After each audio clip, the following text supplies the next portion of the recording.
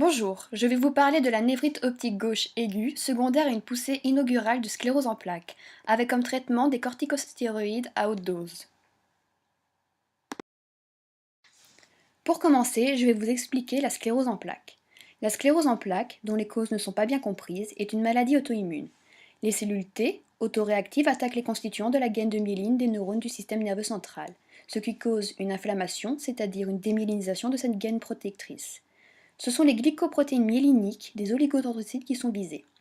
On n'aura pas une atteinte de la gaine des neurones du système nerveux périphérique, étant donné qu'elle est constituée par un différent type de cellules, c'est-à-dire les cellules de Schwann. La gaine de myéline augmente la résistance membranaire et donc limite les fuites de courant à travers la membrane, ce qui permet une conduction beaucoup plus rapide de l'influx nerveux. La démyélinisation provoque une sorte de court-circuit entravant le passage de l'influx nerveux, d'où les symptômes. Ces symptômes varient selon le territoire du cerveau ou de la moelle épinière touchée. Ça peut être un problème de motricité, de perception sensorielle, d'acuité visuelle ou autre. Dans le cas de ce patient, la névrite optique est le problème observé. On va faire quelques rappels anatomiques pour mieux comprendre la névrite optique. C'est une inflammation, c'est-à-dire la démyélinisation du nerf optique gauche. Le nerf optique est le second nerf crânien, c'est un faisceau sensitif du système nerveux central. Il entre dans le crâne par le canal optique, puis rejoint son homologue contralatéral pour former le chiasma optique, qui se poursuit par deux bandelettes optiques qui vont rejoindre les corps géniculés latéraux. De ces corps partent les axones qui vont se projeter sur le cortex visuel primaire, c'est-à-dire l'aire 17 de Brodmann, et de là, ils vont se distribuer au cortex visuel secondaire.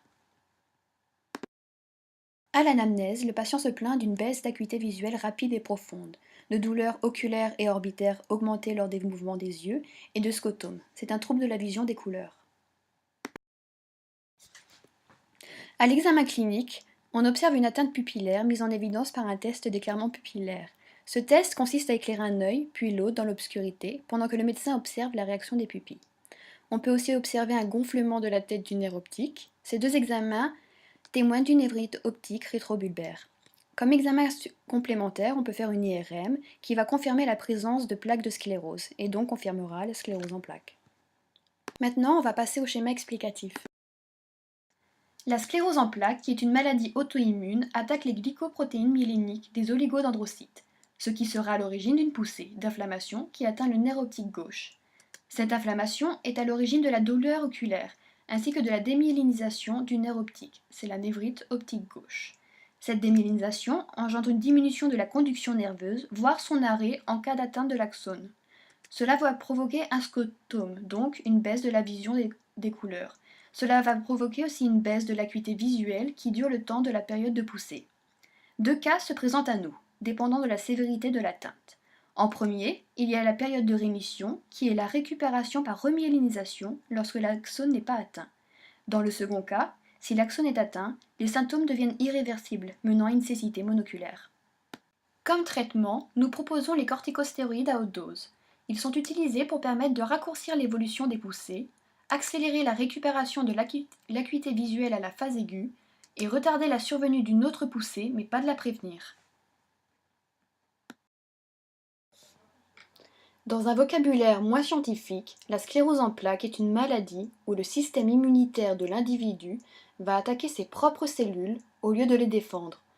Les cellules de la défense agissent contre l'enveloppe qui protège les neurones du système nerveux central, les rendant donc moins efficaces, voire non fonctionnels.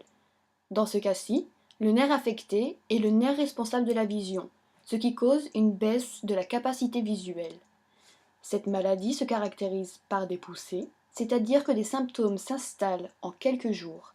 Ensuite, ils disparaissent car l'enveloppe protectrice se reforme dans le cas où le neurone est intact.